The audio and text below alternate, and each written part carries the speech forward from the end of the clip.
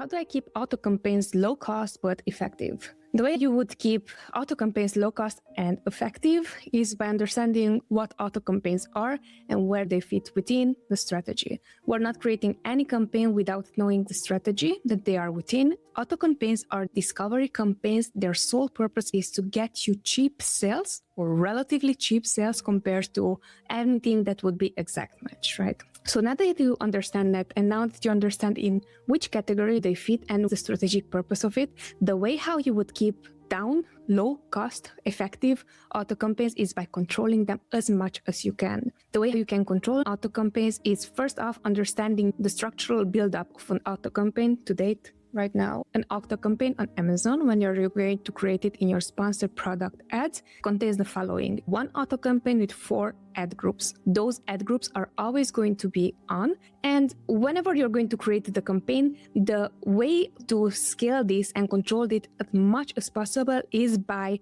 allowing only one ad group to perform. So in this case, because there are 4 ad groups, so it's auto campaign that has 4 ad groups. It has close match, substitutes, complements, and loose match. The way you would create this in order to be as profitable as you can, as effective as you can, is by first off segmenting this. So it's going to be an auto campaign, but leave only the close match on, the rest all pause them. So that way you have only the close match triggers coming through. You can do this for substitutes, for complements, and for loose match, and always keep just one ad group active. That is the safest way to gather data.